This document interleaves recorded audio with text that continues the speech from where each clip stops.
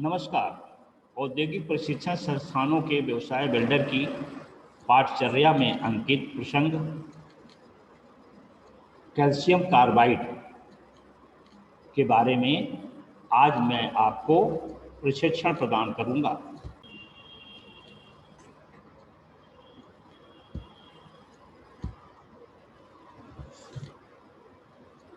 आज चलिए बात करते हैं।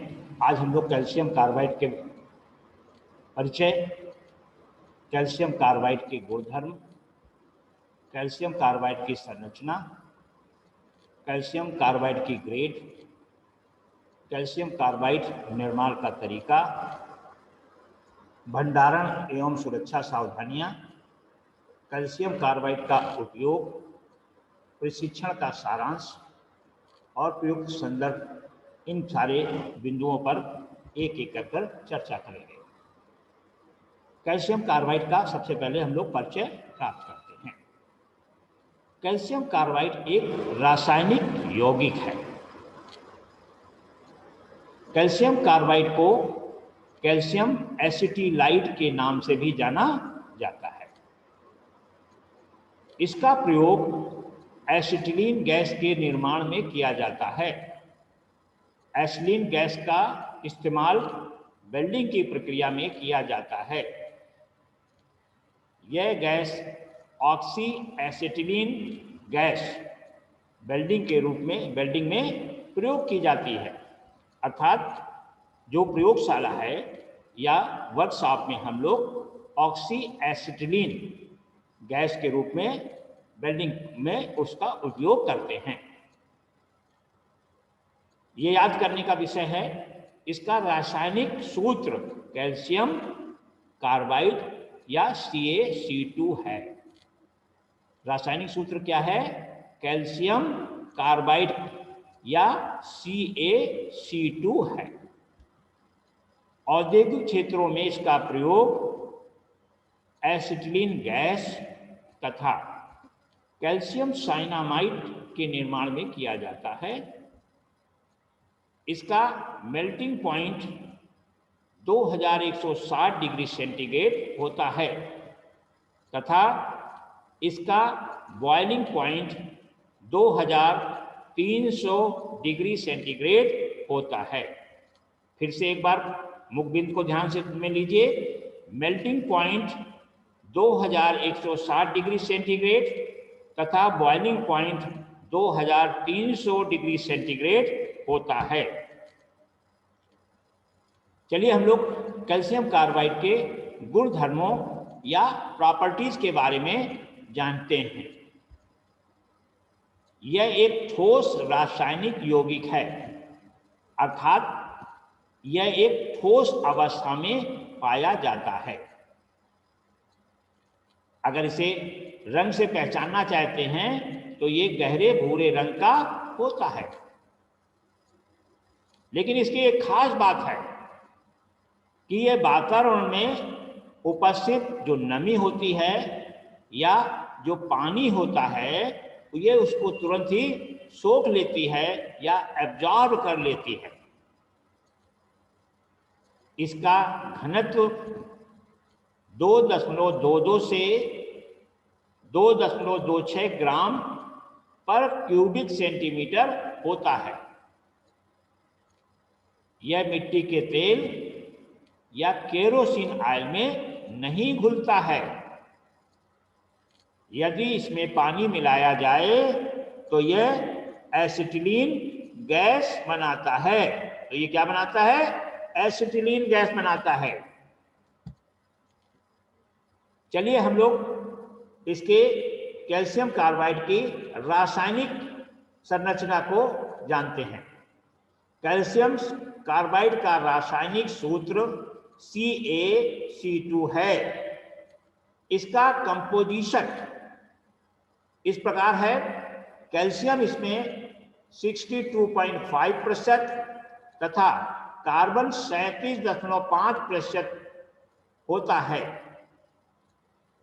अब अगर हमें 1 किलोग्राम कैल्शियम में देखना पड़े, 1 किलोग्राम कैल्शियम कार्बाइड में कैल्शियम की मात्रा 625 ग्राम तथा कार्बन की मात्रा 375 ग्राम होती है।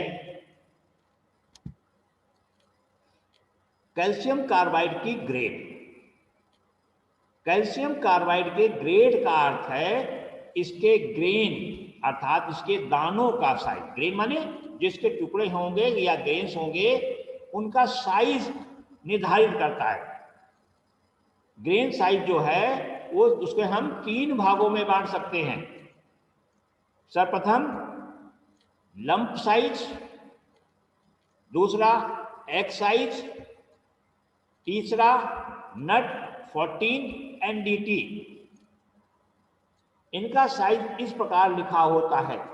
ये जानना बहुत जरूरी है कि जो लंप 85 × 50 mm, इसका क्या मतलब है। इसका अर्थ है कि इसके टुकड़ों का अधिकतम साइज 85 mm और न्यूनतम साइज 50 mm है। अब आइए हम लोग आगे बढ़ते हैं और कैल्शियम कार्बाइड के निर्माण का तरीका जानने की कोशिश करते हैं। जैसा कि आपको पहले बताया कि कैल्शियम कार्बाइड एक रासायनिक यौगिक है। इसे कोक और चूने के उचित अनुपात से बनाया जाता है।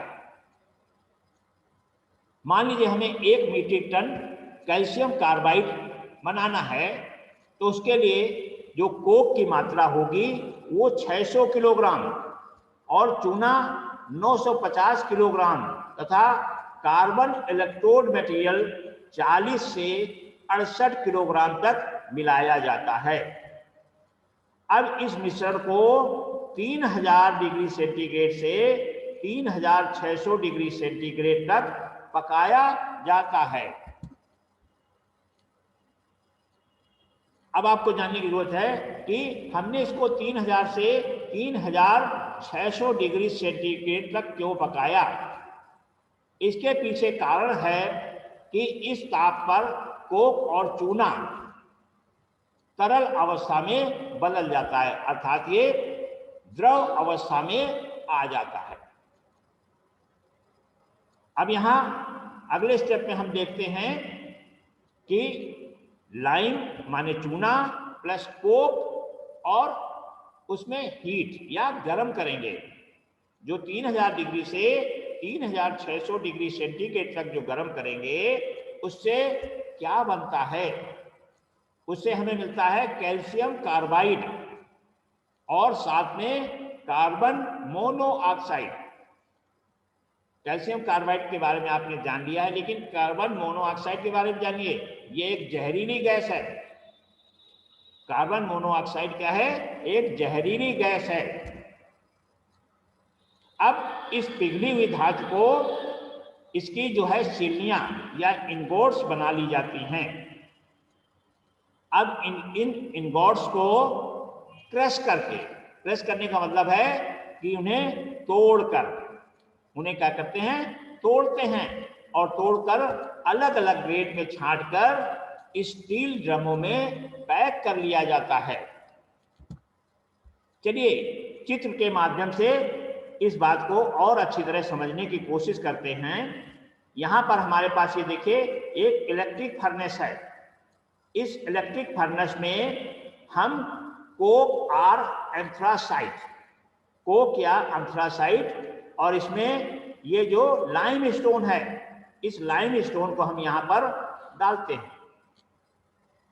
अब यहां पर हम एक व्यवस्था के अंतर्गत उच्च ताप की इलेक्ट्रिसिटी प्रवाहित करते हैं, जो कि लाइम स्टोन और कोक या एंथ्रासाइट को एक दूसरे में फ्यूज कर देती है। फ्यूज माने मिला देती है और मिला करके फिर क्या करती है कि यहाँ पर इसको पिघला देती है। जब इसे 3000 से 3600 डिग्री सेंटीग्रेड तक गर्म करते हैं तो ये मॉल्टेन कंडीशन, मॉल्टेन माने पिघली अवस्था हो जाती है, द्रव अवस्था हो जाती है। और द्रव अवस्था में हम इसको एक बर्तन में जमा कर लेते हैं। अब यहां से व्यवस्था करते हैं कि इसको ये जो मॉल्टन कंडीशन में हमको कैल्शियम कार्बाइड प्राप्त हुआ है, इस कैल्शियम कार्बाइड को इनगोट्स में या इसकी सिल्लियां बना लेते हैं और सिल्लियां बना करके फिर हम क्या करते हैं, उसको ले जा करके इनगोट्स को क्रशर में डाल देते हैं। क्रशर क्या करता है, क्रश करता है, इसको टुकड़ों में तोड़ देता है। अब इसमें क्या होता है कि हम इसमें एक छन्नी लगा देते हैं।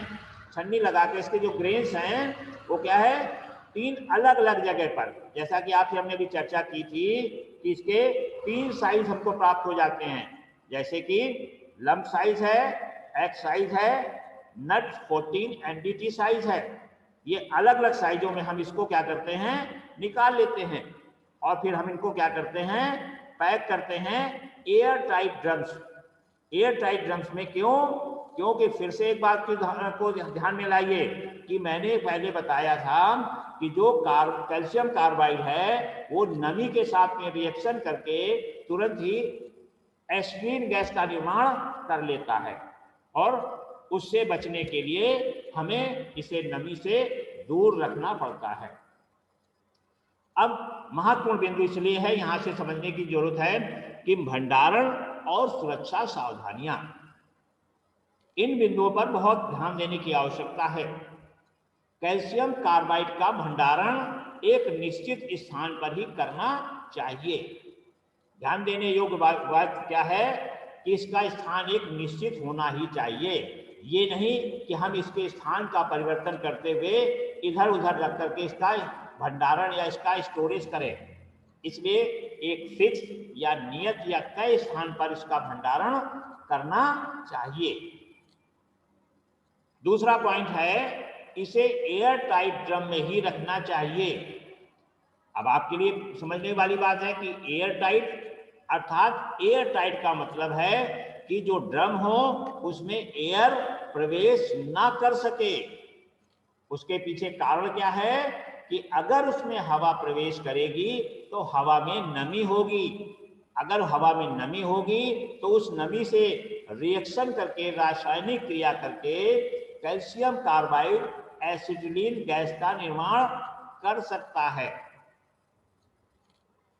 नेक्स्ट पॉइंट पे आइए, भंडारण स्थान पर CO2 फायर एक्सटिंग्विशर या सूखी रेत रखी होनी चाहिए।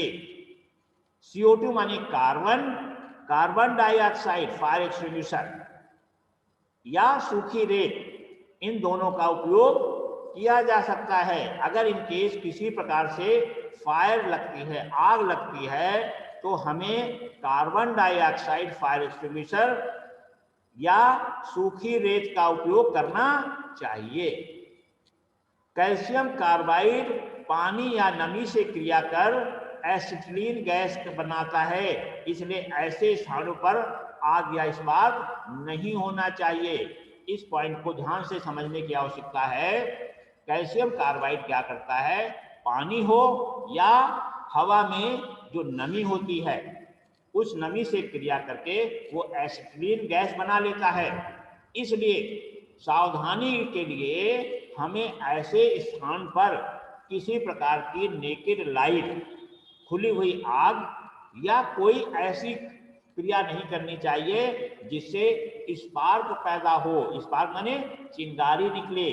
अगर चिंगारी निकलती है तो भी आग लगने का खतरा है। अगर एसिटिलीन गैस वहां पर उपलब्ध है तो तुरंत उस चिंगारी क्या करेगी, उस गैस को पकड़ कर तुरंत उसको आग में परिवर्तित कर देगी, अर्थात वहां पर आग लगने की संभावना बनी रहती है। अगले पॉइंट पर आते हैं, इसके ड्रम का ढक्कन सावधानी पूर्वक खोलना चाहिए, जिसके लिए क्या करना चाहिए, जंबूर पिंसर का प्रयोग करना चाहिए। अब ध्यान देने की बात है कि ढक्कन जब भी हम खोलेंगे बहुत ही सावधानी से खोलेंगे। क्यों? क्योंकि जैसे ही ढक्कन खुलेगा, ढक्कन खुलते ही हवा जो है वो प्रवेश करेगी ड्रम में और जो कैल्शियम कार्बाइड होगा वो उसके साथ में रिएक्शन कर लेगी। इसलिए हमें जंबूर या पिंसर का उपयोग करना चाहिए ताकि हम बहुत धीमे धीमे थोड़ी थोड़ी मात्रा में ढक्कन को उठाएं और बहुत सावधानी पूर्वक ढक्कन को हटा करके वहां पर गैस में कैल्शियम कार्बाइड के साथ में हवा का प्रवेश को रोकने का प्रयास करना चाहिए। अगले पॉइंट पर बहुत सी सावधानी की बात है। कभी कभी हमारा ढक्कन किसी कारणवश ठीक से नहीं खुल पाता है, तो वहां पर हम बहुत ही सावधानी भूल जाते हैं और हम असावधानी का उपयोग कर लेते हैं और हम क्या करते हैं, चीजल या छेनी का प्रयोग कर लेते हैं। इस बात पर बिल्कुल ध्यान देने की बात है कि हमें चीजल या छेनी का प्रयोग नहीं करना चाहिए। क्यों? क्योंकि अगर चीजल या छेनी का प्रयोग करते हैं तो उससे क्या होगा कि स्पार्किंग हो सकती है, चिंगारी निकल सकती है और उससे एसिड गैस के ज्वलित अवस्था में बदलने की संभावना हो जाती है। ढक्कन खोलते समय जंबूर के सिरों को थोड़ी सी ग्रीस लगा लेनी चाहिए। देखिए कितनी सावधानी की आवश्यकता होती है। जो हमारा जंबूर है उसके जंबूर के सिरों में थोड़ी सी ग्रीस लगाने की आवश्यकता है। अगर हम उसमें ग्रीस लगा लेंगे तो उससे किसी भी प्रकार के स्पार्क की संभावना को समाप्त कर दिया जाता है। इसलिए ग्रीस का उपयोग उसके सिरों में कर लेना चाहिए। ड्रम से, अगले बिंदु में देखिए, ड्रम से कैल्शियम कार्बाइड निकालने के बाद ड्रम के ढक्कन को एयर टाइट बंद कर देना चाहिए। जितना जरूरत है, जितनी आवश्यकता है उतने कैल्शियम कार्बाइड को निकालिए और निकालने के तुरंत बाद ड्रम के ढक्कन को एयर टाइट अर्थात किसी प्रकार से वहां पर हवा का प्रवेश नहीं होना चाहिए, इसलिए हमें इसे एयर टाइट करना चाहिए। बाहर बिना उपयोग के बचे हुए कैल्शियम कार्बाइड को मिट्टी के तेल में सुरक्षित रखना चाहिए। अब आइए फिर से इस बिंदु को समझने की कोशिश करते हैं कि हमने जितना कैल्शियम कार्बाइड उपयोग में करना था उसको उपयोग कर लिया। अब अगर कुछ भी कैल्शियम कार्बाइड हमारा शेष बच जाता है तो उसे हमें कहां पर सेव करना है? मिट्टी के तेल में। मिट्टी के तेल में क्यों, या केरोसिन में हमें उसे क्यों सुरक्षित करना है? क्योंकि केरोसिन में रखने के बाद में ये हवा के साथ रिएक्शन नहीं कर पाता है, इसलिए मिट्टी के तेल में रखना ये एक सुरक्षित तरीका है। इसलिए जो बचा हुआ कैल्शियम कार्बाइड होगा उसे हम क्या करेंगे, कैल्शियम कार्बाइड को मिट्टी के तेल या केरोसिन ऑयल में हम उसे सुरक्षित रख लेंगे। अगले बिंदु पर आइए, कैल्शियम कार्बाइड को निकालने वाले व्यक्ति को दस्ताने या रबर ग्लोव्स का उपयोग करना चाहिए, उसे पहनने चाहिए। रबर ग्लोव्स क्यों पहनने चाहिए? क्योंकि उसको अपनी सावधानी को भी रखना है। किसी कारणवश अगर कोई आग लगने की संभावना हो तो उसके ग्लव्स जो होंगे, रबर के ग्लव्स, उसको जो है सुरक्षा प्रदान करेंगे। इसलिए कैल्शियम कार्बाइड निकालने वाले व्यक्ति को दस्ताने या रबर ग्लोव्स का उपयोग करना चाहिए। अगले बिंदु पर ध्यान दीजिए, कभी भी आग लगने पर पानी से नहीं बुझाना चाहिए, क्योंकि पानी से यह आग फैलती है। अब ध्यान देने वाली बात क्या है, कैल्शियम कार्बाइड की पानी के साथ बहुत अच्छी दोस्ती है। पानी के साथ दोस्ती क्यों है? क्योंकि पानी के साथ जैसे ही उसका संपर्क आता है तुरंत ही ये एसिटिलीन गैस बनाने लग जाती है। अब आप बताइए, आग लगी है और आग लगने की स्थिति में आप पानी डाल करके उसको बुझाएंगे, उस स्थिति में पानी क्या करेगा, वो तो कैल्शियम कार्बाइड से और रिएक्शन करेगा और रिएक्शन करने से और एसिटिलीन गैस उत्पन्न होगी, और एसिटिलीन गैस जब उत्पन्न होगी तो क्या करेगी, वो आग को बजाय बुझाने के वो आग को और ज्यादा ज्वलनशील और ज्यादा दहकने लायक बनाती चली जाएगी, अर्थात आपकी आग की जो मात्रा है वो बढ़ती चली जाएगी। इसलिए इस बिंदु पर बहुत सावधानी बरतने की आवश्यकता है।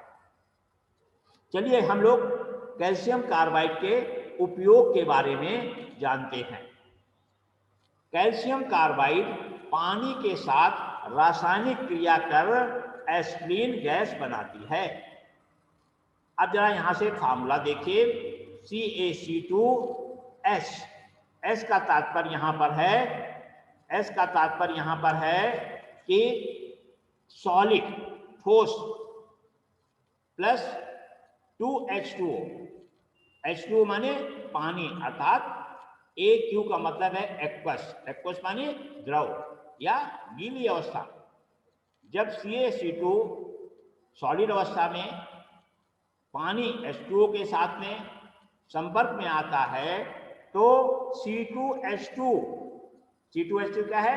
एसिटिलीन, जो कि G माने गैस, तो C2H2 माने एसिटिलीन गैस बनाती है। तथा CaOH calcium hydroxide aqueous, aqueous माने द्रव अवस्था या गीली अवस्था में प्राप्त होती है। एक बार इस रिएक्शन को फिर से ध्यान से समझिए। कैल्शियम कार्बाइड CaC2 जो कि S माने सॉलिड अवस्था में होता है, ठोस अवस्था में होता है, वो पानी के साथ में, जो कि पानी क्या है? लिक्विड अवस्था में, द्रव अवस्था में है, रिएक्शन करके C2H2 गैस या एसिटिलीन गैस का निर्माण करती है और साथ में बाई प्रोडक्ट के रूप में कैल्शियम हाइड्रोक्साइड जो कि गीली अवस्था में प्राप्त होता है। नेक्स्ट स्टेप में आइए। कैल्शियम कार्बाइड नाइट्रोजन के साथ उच्च तापमान पर रासायनिक क्रिया कर कैल्शियम साइनामाइड बनाती है। जरा ध्यान से देखिए इस रिएक्शन को। CaC2 माने कैल्शियम कार्बाइड प्लस N2 क्या है? Nitrogen gas. नाइट्रोजन गैस क्या करेगी कि ये रिएक्शन करेंगे, कैल्शियम कार्बाइड नाइट्रोजन के साथ में रिएक्शन करके आपको कैल्शियम साइनामाइड बनाएगी तथा साथ में बाई प्रोडक्ट के रूप में कार्बन की प्राप्ति होगी। चलिए इस रासायनिक फार्मूला को एक बार फिर से समझने की कोशिश करते हैं। CaC2 कैल्शियम कार्बाइड नाइट्रोजन के साथ रिएक्शन करके कैल्शियम साइनामाइड बनाता है, साथ में बाई प्रोडक्ट के रूप में कार्बन की प्राप्ति होती है। अन्य उपयोग के रूप में देखिए, कैल्शियम कार्बाइड का प्रयोग desulphurisation of iron, pig iron, cast iron तथा स्टील आयरन के लिए किया जाता है। यहां जानने की कोशिश करिए डीसल्फराइजेशन का मतलब क्या है। डीसल्फराइजेशन का तात्पर्य है कि जो सल्फर या गंधक आयरन के साथ में मिश्रित होती है, उसे चाहे वो पिग आयरन हो, चाहे कास्ट आयरन हो या स्टील हो, इनमें अगर गंधक या सल्फर किसी भी रूप में उसके साथ में शामिल है तो कैल्शियम कार्बाइड का उपयोग करते हुए, डी माने होता है अलग करना, सल्फर माने गंधक, तो हम सल्फर को अलग कर देते हैं। वो चाहे पिग आयरन हो, चाहे कास्ट आयरन हो और चाहे स्टील हो, इनमें से हम उसको अलग करके डीसल्फराइजेशन की प्रक्रिया करते हैं। कैल्शियम कार्बाइड का प्रयोग कार्बाइड लैंप्स में किया जाता है, जिनका उपयोग खान में रोशनी के लिए किया जाता है। जैसा आप सभी लोग जानते हैं कि जो माइंस होती हैं वहां पे मीथेन गैस भरपूर मात्रा में निकलती है और मीथेन गैस जो है वो एक ज्वलनशील गैस है। ज्वलनशील गैस होने के कारण वो क्या करती है, बहुत जल्दी आग पकड़ लेती है। इसलिए वहां पर कोई भी खुली हुई रोशनी वाली माने नेकेड लाइट नहीं ले जाई जा सकती है। वहां पर हम कार्बाइड लैंप्स का प्रयोग करते हैं। कार्बाइड लैंप्स जो है वो रोशनी देते हैं, लेकिन सुरक्षा के साथ में वहां पर आग लगने की प्रक्रिया से सुरक्षा प्रदान करते हैं। अब हमें जानने की कोशिश करनी है कि आज के प्रशिक्षण में हमने क्या क्या सीखा। आज हमने कैल्शियम कार्बाइड का परिचय, उसके गुणधर्म, रासायनिक विवरण निर्माण, भंडारण तथा सुरक्षा सावधानियों के विषय में ज्ञान प्राप्त किया। कैल्शियम कार्बाइड, जिसके बारे में आपको मैंने बताया कि कैल्शियम कार्बाइड CaC2 तथा उसके रासायनिक विवरण माने इसका जो रासायनिक सूत्र है वो CaC2 होता है। इसके निर्माण के बारे में हमने आपको बहुत ही ध्यान से आपको बताया कि आपको इसमें किस प्रकार से इसका निर्माण किया जाता है। भंडारण के विषय में भी हमने आपको बताया कि इसका भंडारण किस प्रकार से करना चाहिए और साथ में इससे जुड़ी हुई सुरक्षा सावधानियों के बारे में भी आपको विस्तार से चर्चा की। हमने कैल्शियम कार्बाइड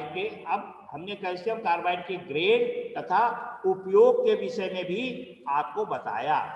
ग्रेड को बताया कि इसको साइज के अनुसार इसे 3 भागों में बांटा गया था, इसलिए आपको ग्रेड और इसका उपयोग कहाँ कहाँ किया गया है इसके संदर्भ में भी आपको ज्ञान उपलब्ध कराया। चलिए, और अधिक ज्ञान प्राप्त करने के लिए अगर आप चाहते हैं तो प्रीतम ठाकुर द्वारा लिखित बुक एडवांस वेल्डिंग टेक्नोलॉजी तथा OP खन्ना द्वारा लिखित पुस्तक वेल्डिंग टेक्नोलॉजी से आप और अधिक ज्ञान प्राप्त कर सकते हैं। इसके अलावा गूगल सर्च में जाकर के विकिपीडिया का उपयोग करते हुए कैल्शियम कार्बाइड के बारे में और अधिक ज्ञान प्राप्त कर सकते हैं। धन्यवाद। आज मैंने आपको कैल्शियम कार्बाइड के बारे में प्रशिक्षण प्रदान किया। आशा करता हूं कि भविष्य में ये आपके काम आएगा।